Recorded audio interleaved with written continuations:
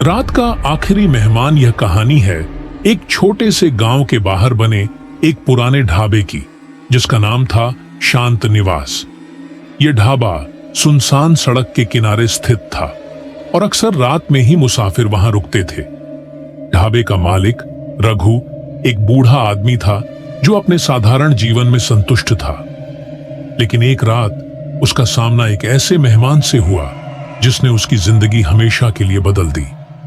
उस रात आसमान में काले बादल छाए हुए थे और तेज हवाएं चल रही थीं। ढाबे के अंदर बस एक पुराना लालटेन टिमटिमा रहा था। रघु चाय की केतली में पानी गर्म कर रहा था, तभी दरवाजे पर दस्तक हुई। दरवाजा खोलते ही उसने देखा कि एक लंबा दुबला पतला आदमी काले कपड़ों में लिपटा बाहर खड़ा था।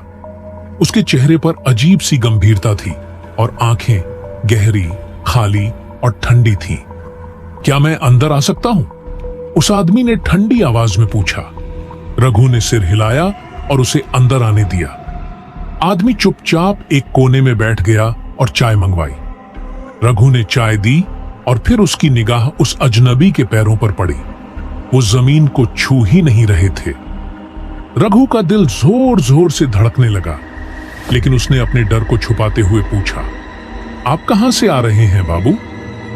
अजनबी ने एक ठंडी मुस्कान के साथ जवाब दिया, जहां से आने वाला हर कोई वापस नहीं जाता। रघु ने जल्दी से नजरें फेर लीं। ढाबे का माहौल और भी भारी हो गया। बाहर हवाएं जोरों से चीखने लगीं और लालटेन की लौ कांपने लगी। अचानक रघु ने महसूस किया कि कमरे का तापमान गिर गया है। उसके शरीर में एक अजीब सी ठंडक फैल गई।